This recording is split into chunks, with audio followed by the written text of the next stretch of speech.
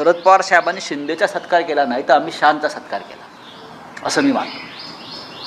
महाराष्ट्राचे तुकडे पाडणाऱ्या, महाराष्ट्राचा उद्योग पळवून देणाऱ्या अमित शहांचा सत्कार, ते प्रतीक म्हणजे एकनाथ शिंदे, त्यांचा सत्कार केला. आणि ही जी तुम्ही नावं घेताय, दलाल, भ्रष्टाचारी, देशद्रोही आरोप असलेले, देशद्रोहाचे, हत्यारांचे तस्करी करणारे, ते तुमच्या पक्षामध्ये येत आहेत. आणि त्यांच्या मुखियाचा सत्कार आमचे शरद पवार साहेब करतायत, हे दुर्दैव आहे. हत्यारांचे दलाल होते. देवेंद्र फडणवीस यांनी काल एक स्टेटमेंट केलं आहे, दलालांना मी धडा शिकवे. बरोबर ना? मी दलाला चालू देणार नाही. पण आंतरराष्ट्रीय कीर्तीचे दलाल हे तुमच्या पक्षामध्ये आलेले आहेत. फडणवीस साहेब, काय तुमची प्रतिष्ठा राहिली?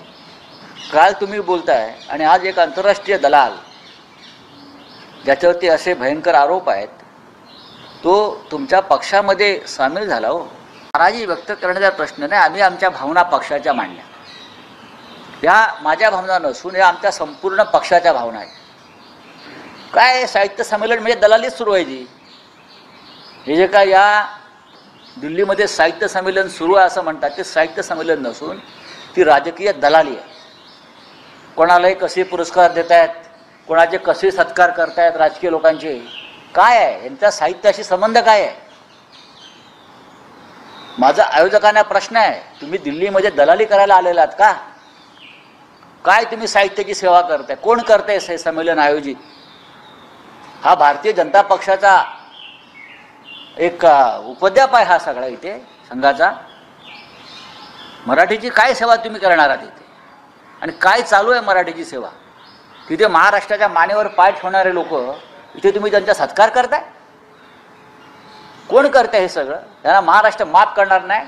हे साहित्य संमेलन नसून दिल्लीतली दलाली आहे. जो मराठी स्वाभिमानी माणूस आहे तो जाणार नाही तिथे. साहित्य संमेलनाला आयोजकांना जर पैशाची कमी असेल पडलेली, त्यांनी जर अशा पद्धतीने पैसे गोळा केले असतील तर महाराष्ट्रात त्यांनी यायचं, महाराष्ट्राने त्यांना दिले असते पैसे. मराठी माणूस जो आहे आमचा साहित्यप्रेमी, त्यांनी आम्ही नक्कीच लोकवर्गणी करून त्यांना पैसे दिले असते. आम्ही मराठीवर प्रेम करणाऱ्या 10 प्रमुख व्यक्तींना आम्ही सांगून त्यांना पैसे दिले असते.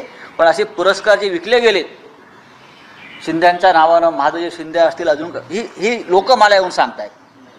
ही अत्यंत गंभीर गोष्ट आहे. ही अत्यंत गंभीर गोष्ट आहे. हे साहित्य संमेलन नसून, मी परत सांगतो, आय रिपीट, आणि त्याचं उद्घाटन आमचे मोदी साहेब करणार आहे. तुम्ही मोदींनाही भरीस घातलाय, त्यांनाही मी पत्र लिहिणार आहे आता. असं म्हणतो हे संमेलन नाहीच आहे, हे दलालांचं संमेलन आहे. हे दलाल आणि भ्रष्टाचारांना त्यांच्याकडून पैसे गोळा करून हे संमेलन होत आहे. साहित्याशी आता काही संबंध नाही.